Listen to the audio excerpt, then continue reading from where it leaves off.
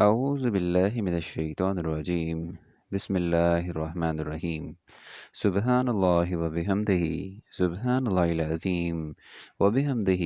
أستغفر الله وإلهكم إله واحد لا إله إلا الرحمن الرحيم اللهم صل على محمد وعلى آل محمد كما صليت على إبراهيم وعلى آل إبراهيم إنك حميد مجيد اللهم بارك على محمد وعلى آل محمد كما باركت على إبراهيم وعلى آل إبراهيم إنك حميد مجيد رب اشرح لي صدري ويسر لي أمري واحلل عقدة من لساني یفقہوا قولی۔ السلام علیکم ورحمۃ اللہ وبرکاتہ۔ سورہ ابراہیم کا ترجمہ بیان کیا جا رہا ہے آیت نمبر 1 سے لے کر آیت نمبر 52 تک۔ شروع اللہ کے نام سے جو بڑا مہربان نہایت رحم والا ہے۔ الف لام را، یہ ایک پر نور کتاب ہے، اس کو ہم نے تم پر اس لیے نازل کیا ہے کہ لوگوں کو اندھیرے سے نکال کر روشنی کی طرف لے جاؤ، یعنی ان کے پروردگار کے حکم سے غالب اور قابل تعریف اللہ کے رستے کی طرف۔ وہ اللہ کے جو کچھ آسمانوں اور زمین میں ہے سب اسی کا ہے، اور کافروں کے لیے عذاب سخت کی وجہ سے خرابی ہے۔ جو آخرت کی نسبت دنیا کو پسند کرتے اور لوگوں کو اللہ کے راستے سے روکتے ہیں، وہ اس میں کجی چاہتے ہیں۔ یہ لوگ پرلے سرے کی گمراہی میں ہیں، اور ہم نے کوئی پیغمبر نہیں بھیجا مگر اپنی قوم کی زبان بولتا تھا، تاکہ انہیں اللہ کے احکام کھول کھول کر بتا دے۔ پھر اللہ جسے چاہتا ہے گمراہ کرتا ہے اور جسے چاہتا ہے ہدایت دیتا ہے، اور وہ غالب اور حکمت والا ہے۔ اور ہم نے موسیٰ کو اپنی نشانیاں دے کر بھیجا کہ اپنی قوم کو تاریکی سے نکال کر روشنی میں لے جاؤ، اور ان کو اللہ کے دن یاد دلاؤ، اور اس میں ان لوگوں کے لیے جو صابر و شاکر ہیں اللہ کی قدرت کی نشانیاں ہیں۔ اور جب موسیٰ نے اپنی قوم سے کہا کہ اللہ نے جو تم پر مہربانیاں کی ہیں ان کو یاد کرو، جبکہ تم کو فرعون کی قوم کے ہاتھ سے مخلصی دی، وہ لوگ تمہیں بڑے عذاب دیتے تھے اور تمہارے بیٹوں کو مار ڈالتے تھے، اور عورت ذات یعنی تمہاری لڑکیوں کو زندہ رہنے دیتے تھے، اور اس میں تمہارے پروردگار کی طرف سے بڑی سخت آزمائش تھی۔ اور جب تمہارے پروردگار نے تم کو آگاہ کیا کہ اگر شکر کرو گے تو میں تمہیں زیادہ دوں گا، اور اگر ناشکری کرو گے تو یاد رکھو کہ میرا عذاب بھی سخت ہے۔ اور موسیٰ نے صاف صاف کہہ دیا کہ اگر تم اور جتنے اور لوگ زمین میں ہیں سب کے سب ناشکری کرو تو اللہ بھی بے نیاز اور قابل تعریف ہے۔ بھلا تم کو ان لوگوں کے حالات کی خبر نہیں پہنچی جو تم سے پہلے تھے، یعنی نوح اور عاد اور سمود کی قوم، اور جو ان کے بعد تھے، جن کا علم اللہ کے سوا کسی کو نہیں۔ جب ان کے پاس پیغمبر نشانیاں لے کر آئے تو انہوں نے اپنے ہاتھ ان کے منہوں پر رکھ دیے کہ خاموش رہو، اور کہنے لگے کہ ہم تو تمہاری رسالت کو تسلیم نہیں کرتے، اور جس چیز کی طرف تم ہمیں بلاتے ہو ہم اس سے کبھی شک میں ہیں۔ ان کے پیغمبروں نے کہا، تم کو اللہ کے بارے میں شک ہے جو آسمانوں اور زمین کا پیدا کرنے والا ہے؟ وہ تمہیں اس لیے بلاتا ہے کہ تمہارے گناہ بخشے اور فائدہ پہنچانے کے لیے ایک مدت مقرر تک تم کو مہلت دے۔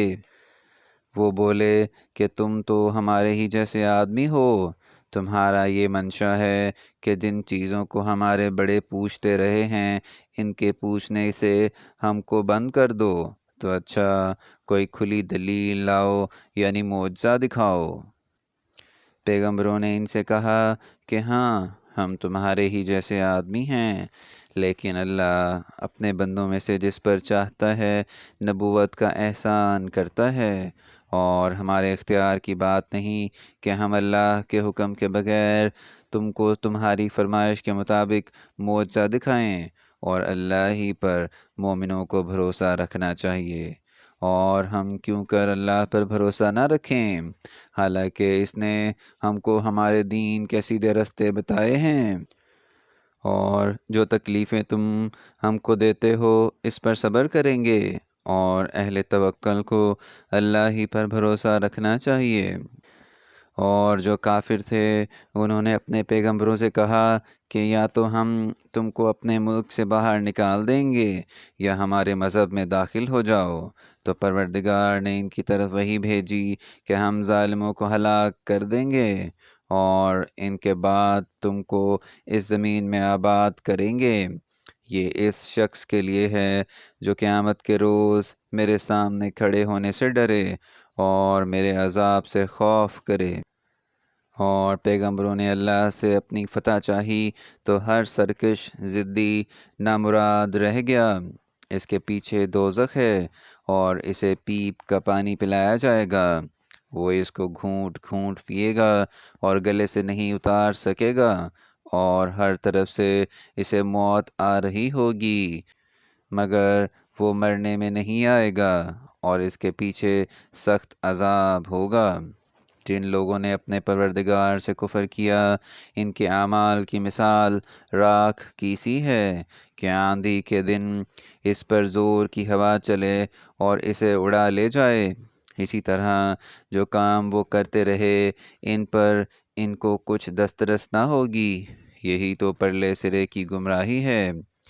کیا تم نے نہیں دیکھا کہ اللہ نے آسمانوں اور زمین کو تدبیر سے پیدا کیا ہے؟ اگر وہ چاہے تو تم کو نابود کر دے اور تمہاری جگہ نئی مخلوق پیدا کر دے،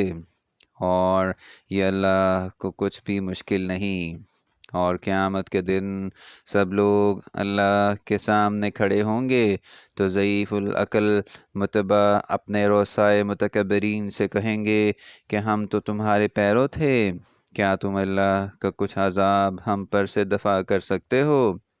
وہ کہیں گے کہ اگر اللہ ہم کو ہدایت کرتا تو ہم تم کو ہدایت کرتے، اب ہم گھبرائیں یا صبر کریں، ہمارے حق میں برابر ہے، کوئی جگہ گریز اور رہائی کی ہمارے لیے نہیں ہے۔ جب حساب کتاب کا کام فیصل ہو چکے گا تو شیطان کہے گا جو وعدہ اللہ نے تم سے کیا تھا وہ تو سچا تھا، اور جو وعدہ میں نے تم سے کیا تھا وہ جھوٹا تھا، اور میرا تم پر کسی طرح کا زور نہیں تھا۔ ہاں، میں نے تم کو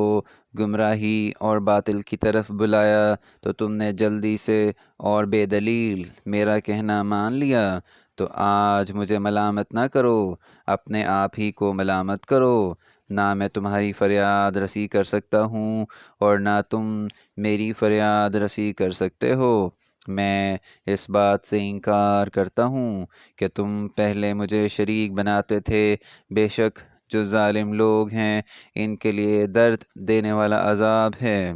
اور جو ایمان لائے اور عمل نیک کیے وہ بہشتوں میں داخل کیے جائیں گے جن کے نیچے نہریں بہہ رہی ہیں، اپنے پروردگار کے حکم سے ہمیشہ ان میں رہیں گے، وہاں ان کی صاحب سلامت سلام ہوگا۔ کیا تم نے نہیں دیکھا کہ اللہ نے پاک بات کی کیسی مثال بیان فرمائی ہے؟ وہ ایسی ہے جیسے پاکیزہ درخت جس کی جڑ مضبوط یعنی زمین کو پکڑے ہوئے ہو اور شاخیں آسمان میں،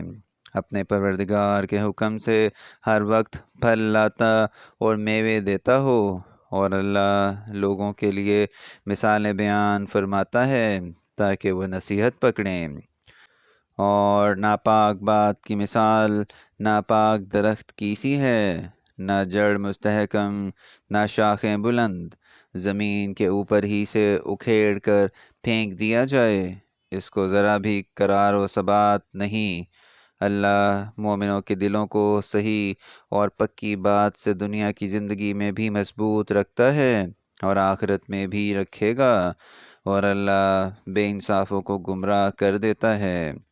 اور اللہ جو چاہتا ہے کرتا ہے۔ کیا تم نے ان لوگوں کو نہیں دیکھا جنہوں نے اللہ کے احسان کو ناشکری سے بدل دیا اور اپنی قوم کو تباہی کے گھر میں اتارا؟ وہ گھر دوزخ ہے، سب ناشکرے اس میں داخل ہوں گے، اور وہ برا ٹھکانہ ہے۔ اور ان لوگوں نے اللہ کے شریک مقرر کیے کہ لوگوں کو اس کے رستے سے گمراہ کریں۔ کہہ دو کہ چند روز فائدے اٹھا لو، آخر کار تم کو دوزخ کی طرف لوٹ کر جانا ہے۔ اے پیغمبر صلی اللہ علیہ وآلہ وسلم، میرے مومن بندوں سے کہہ دو کہ نماز پڑھا کریں، اور اس دن کے آنے سے پیشتر جس میں نہ اعمال کا سودا ہوگا اور نہ دوستی کام آئے گی، ہمارے دیے ہوئے مال میں سے در پردہ اور ظاہر خرچ کرتے رہیں۔ اللہ ہی تو ہے جس نے آسمانوں اور زمین کو پیدا کیا اور آسمان سے می برسایا، پھر اس سے تمہارے کھانے کے لیے پھل پیدا کیے، اور کشتیوں اور جہازوں کو تمہارے زیر فرمان کیا تاکہ دریا اور سمندر میں اس کے حکم سے چلیں، اور نہروں کو بھی تمہارے زیر فرمان کیا، اور سورج اور چاند کو تمہارے لیے کام میں لگا دیا کہ دونوں دن رات ایک دستور پر چل رہے ہیں، اور رات اور دن کو بھی تمہاری خاطر کام میں لگا دیا، اور جو کچھ تم نے مانگا سب میں سے تم کو عنایت کیا، اور اگر اللہ کے احسان گننے لگو تو شمار نہ کر سکو، مگر لوگ نعمتوں کا شکر نہیں کرتے۔ کچھ شک نہیں کہ انسان بڑا بے انصاف اور ناشکرا ہے۔ اور جب ابراہیم علیہ السلام نے دعا کی کہ میرے پروردگار اس شہر کو لوگوں کے لیے امن کی جگہ بنا دے، اور مجھے اور میری اولاد کو اس بات سے کہ بتوں کی پرستش کرنے لگیں بچائے رکھ، اے پروردگار انہوں نے بہت سے لوگوں کو گمراہ کیا ہے، سو جس شخص نے میرا کہا مانا وہ میرا ہے، اور جس نے میری نافرمانی کی تو بخشنے والا مہربان ہے۔ اے پروردگار میں نے اپنی اولاد میدان مکہ میں جہاں کھیتی نہیں تیرے عزت و ادب والے گھر کے پاس لا بسائی ہے، اے پروردگار تاکہ یہ نماز پڑھیں تو لوگوں کے دلوں کو ایسا کر دے کہ ان کی طرف جھکے رہیں، اور ان کو میووں سے روزی دے تاکہ تیرا شکر کریں۔ اے پروردگار جو بات ہم چھپاتے اور جو ظاہر کرتے ہیں تو سب جانتا ہے، اور اللہ سے کوئی چیز مخفی نہیں، نہ زمین میں نہ آسمان میں۔ اللہ کا شکر ہے جس نے مجھ کو بڑی عمر میں اسماعیل اور اسحاق بخشے، بے شک میرا پروردگار دعا سننے والا ہے۔ اے پروردگار مجھ کو ایسی توفیق عنایت کر کہ نماز پڑھتا رہوں، اور میری اولاد کو بھی یہ توفیق بخش، اے پروردگار میری دعا قبول فرما۔ اے پروردگار حساب کتاب کے دن مجھ کو اور میرے ماں باپ کو اور مومنوں کو مغفرت کیجیو، اور مومنوں مت خیال کرنا کہ یہ ظالم جو عمل کر رہے ہیں اللہ ان سے بے خبر ہے، اور وہ ان کو اس دن تک مہلت دے رہا ہے جب کہ دہشت کے سبب آنکھیں کھلی کی کھلی رہ جائیں گی، اور لوگ سر اٹھائے ہوئے میدان قیامت کی طرف دوڑ رہے ہوں گے، ان کی نگاہیں ان کی طرف لوٹ نہ سکیں گی، اور ان کے دل مارے خوف کے ہوا ہو رہے ہوں گے۔ اور لوگوں کو اس دن سے آگاہ کر دو جب ان پر عذاب آ جائے گا، تب ظالم لوگ کہیں گے کہ اے ہمارے پروردگار ہمیں تھوڑی سی مدت مہلت عطا کر تاکہ ہم تیری دعوت توحید قبول کریں اور تیرے پیغمبروں کے پیچھے چلیں۔ تو جواب ملے گا کیا تم پہلے قسمیں نہیں کھایا کرتے تھے کہ تم کو اس حال سے جس میں تم ہو زوال اور قیامت کو حساب اعمال نہیں ہوگا۔ اور جو لوگ اپنے آپ پر ظلم کرتے تھے، تم ان کے مکانوں میں رہتے تھے، اور تم پر ظاہر ہو چکا تھا کہ ہم نے ان لوگوں کے ساتھ کس طرح کا معاملہ کیا تھا، اور تمہارے سمجھانے کے لیے مثالیں بیان کر دی تھیں، اور انہوں نے بڑی بڑی تدبیریں کیں، اور ان کی سب تدبیریں اللہ کے ہاں لکھی ہوئی ہیں۔ گو وہ تدبیریں ایسے غضب کی تھیں کہ ان سے پہاڑ بھی ٹل جائیں۔ تو ایسا خیال نہ کرنا کہ اللہ نے جو اپنے پیغمبروں سے وعدہ کیا ہے اس کے خلاف کرے گا۔ بے شک اللہ زبردست اور بدلہ لینے والا ہے۔ جس دن یہ زمین دوسری زمین سے بدل دی جائے گی، اور آسمان بھی بدل دیے جائیں گے، اور سب لوگ خدا یگانہ و زبردست کے سامنے نکل کھڑے ہوں گے، اور اس دن تم گناہ گاروں کو دیکھو گے کہ زنجیروں میں جکڑے ہوئے ہیں۔ ان کے کرتے گندک کے ہوں گے، اور ان کے منہوں کو آگ لپٹ رہی ہوگی۔ یہ اس لیے کہ اللہ ہر شخص کو اس کے اعمال کا بدلہ دے۔